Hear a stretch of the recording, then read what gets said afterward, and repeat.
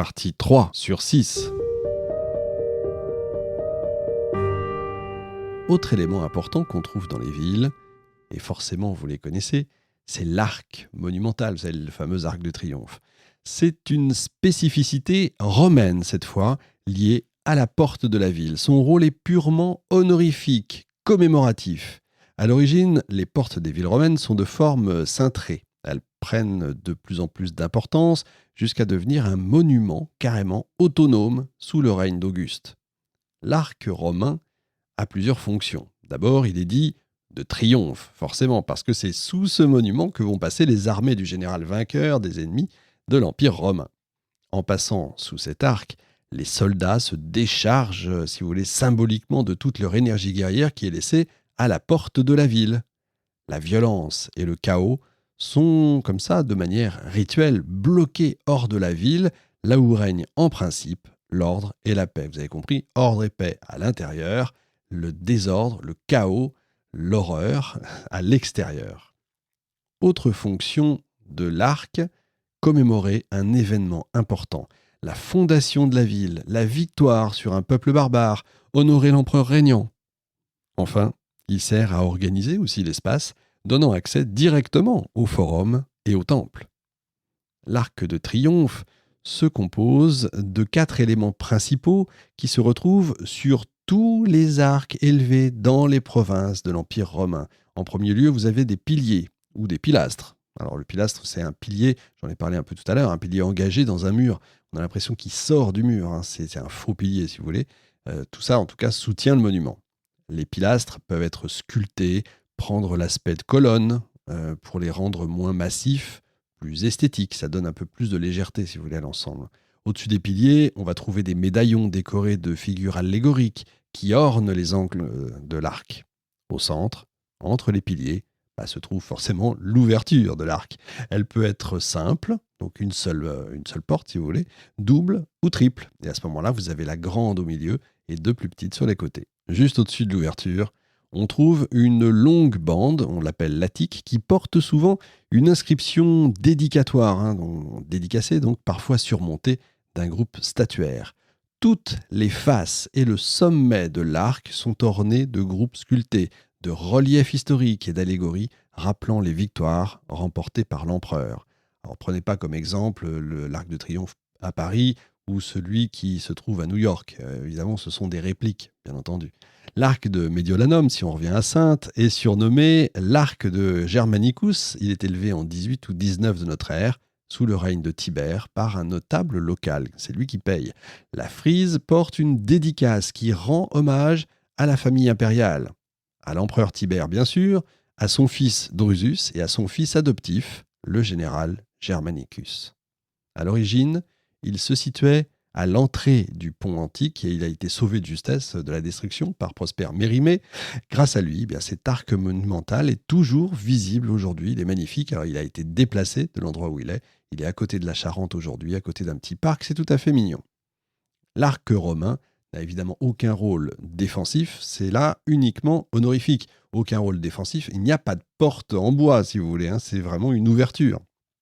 Son décor crée donc des contrastes entre les ouvertures, il joue avec les saillies, les effets d'ombre et de lumière, il a pour objectif, encore une fois, premier, de le distinguer des remparts, évidemment, puisque c'est par là qu'on y passe.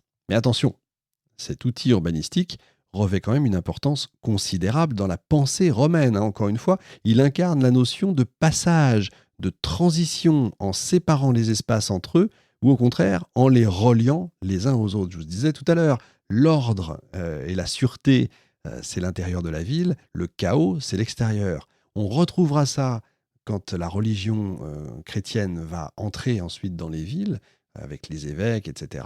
On aura l'ordre à l'intérieur et le chaos à l'extérieur. Les païens seront à l'extérieur de la ville. Le païen donnera le mot paysan plus tard. Voilà comme quoi, comment l'histoire nous permet d'enrichir notre langue. Il n'est pas rare de voir même plusieurs arcs en cours de route à l'intérieur des villes parce qu'ils annoncent les changements de direction des rues. La ville donc comprend pas mal d'arcs monumentaux plus ou moins ornés, plus ou moins riches, plus ou moins grands évidemment, qui ont entre 1 et 3 ouvertures. Il n'y a jamais plus de 3 ouvertures. C'est rarissime, je ne crois pas en avoir vu. Faut regarder celui de Trèves, la porte de Trèves, mais je ne suis pas sûr.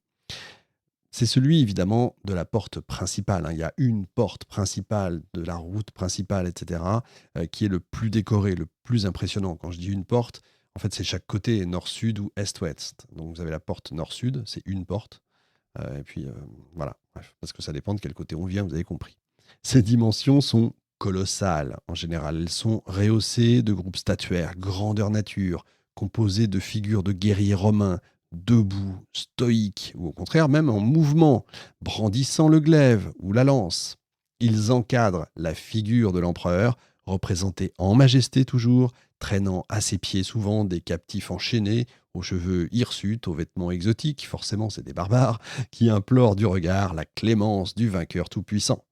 L'arc de triomphe, qui porte donc bien son nom, est un moyen idéal de diffuser encore une fois l'idéologie impériale en affirmant le pouvoir et le prestige de l'empereur. C'est une véritable théâtralisation du pouvoir impérial, et je crois pouvoir dire aussi la ville en général, l'architecture d'une ville romaine, c'est une théâtralisation du pouvoir impérial. Belle transition du coup pour parler du théâtre. Et oui, le premier théâtre construit en pierre est celui édifié par Pompée en 55 avant notre ère. C'est le théâtre qui a le plus grand diamètre de la cavea avec ses 150 mètres de long. La cavea, c'est quoi ? C'est l'endroit où s'asseyent en fait les spectateurs. Il est en arc de cercle, c'est un théâtre. Il est suivi du théâtre de Marcellus en 11 avant Jésus-Christ, qui mesure 130 mètres de long quand même, et qui peut accueillir jusqu'à 15 000 spectateurs. Imaginez, on parle bien d'un théâtre, 15 000 spectateurs, c'est monstrueux. Pour vous donner une idée, Paris-Bercy, au maximum, peut contenir 20 000 personnes. Vous voyez un peu, là, on est en 11 avant Jésus-Christ. L'architecture assure, elle, une continuité toujours entre la conque, ce fameux arc de cercle des gradins, et le bâtiment de scène aussi haut que les degrés supérieurs des gradins.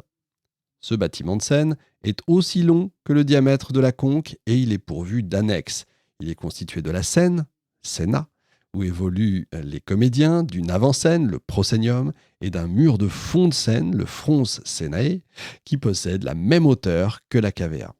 Il est percé de plusieurs ouvertures qui comprennent la porte royale au centre et des portes latérales. Le bâtiment est percé de 3 portes et agrémenté de niches dans lesquelles, à votre avis, prennent place des images de quoi ? Des dieux, évidemment, ou alors une statue de l'empereur. La scène est recouverte d'un toit pour renvoyer le son vers la cavea. L'acoustique est également assurée par l'imposant mur de scène et par des vases de résonance en bronze qui sont disposés savamment sous les gradins. Ça implique évidemment une vraie réflexion sur le son déjà à l'époque. Des machineries vont assurer les effets spéciaux et permettent, grâce à des poulies, de hisser un rideau de scène. Tout ça, on n'imagine pas. Devant la scène, on trouve la partie semi-circulaire évidemment du théâtre, la fameuse cavea qui accueille les gradins où prennent place les spectateurs. La partie supérieure, le toit est en bois, le bâtiment repose sur une structure de couloirs et de chambres voûtées. La cavea et le bâtiment de scène sont réunis par l'orchestra, qui finalement n'a pas de rôle spécifique, je vais y revenir tout à l'heure. Les gradins sont soutenus par de hauts murs, ornés sur leur façade extérieure, de multiples colonnades toujours, percées de portes d'entrée pour les spectateurs, avec un nom difficile aujourd'hui, les vomitoria. On vomit le public, vous voyez, qui rentre ou qui sort. Le public prend place dans les cavea, dans la cavea, dont les plus hauts gradins sont occupés par le petit peuple et les esclaves. Ça veut dire qu'ils ont droit. Là encore, comme j'ai eu l'occasion d'en parler dans les lupanars de Pompéi, on peut y lire et comprendre la société. Un autre couloir, voûté, permet d'accéder à l'orchestra, dont je parlais tout à l'heure. Alors, l'orchestra, en général, c'était réservé, mais je dis en général parce qu'il n'y avait pas vraiment d'utilisation propre, comme je vous disais. C'est plutôt les membres de l'élite locale, les magistrats, les commanditaires des spectacles et des pièces. Et puis, vous avez l'élu local qui venait là. On ne peut pas se mélanger au peuple, évidemment. L'arrière du bâtiment, lui, est agrémenté de portiques et des jardins. Le théâtre, c'est l'un des bâtiments indispensables à toute ville romaine. Donc, c'est pas étonnant d'en voir surgir aux 4 coins de l'Empire. Et ça va de pair avec, forcément, vous l'attendez, un autre édifice de spectacle caractéristique de l'urbanisme romain, l'amphithéâtre. L'amphithéâtre, il est appuyé, lui, à la colline, par un mur de soutènement, c'est souvent le cas, étayé par les remblais de la terre qui a été enlevé pour accueillir l'édifice. Parce qu'on souvent, on utilise en fait la géographie locale pour édifier ce genre de structure. Il fait son apparition en Campanie, donc en Italie, au début du IIe siècle avant Jésus-Christ. C'est en fait une arène elliptique entourée de gradins percés de couloirs qui permettent d'accéder aux places assises. C'est rarement comme on a le Colisée à Rome. C'est quand même quelque chose de spécial. Le Colisée à Rome, c'est pas toujours le cas comme ça. La structure et l'organisation d'édifices sont similaires à celles du théâtre. Des tunnels voûtés, des couloirs débouchant sur des gradins et des places réparties selon la position sociale, encore une fois, des spectateurs. Et vous avez un grand mur qui fait tout le tour de l'arène. L'émission 5000 ans d'histoire est désormais accessible gratuitement, divisée en 6 parties, du vendredi au mercredi. En vous abonnant pour 2 € par mois, le prix d'un café, vous avez accès à l'émission et aux plus de 300 autres, en entier, en exclusivité et surtout sans pub. Le lien est dans la description.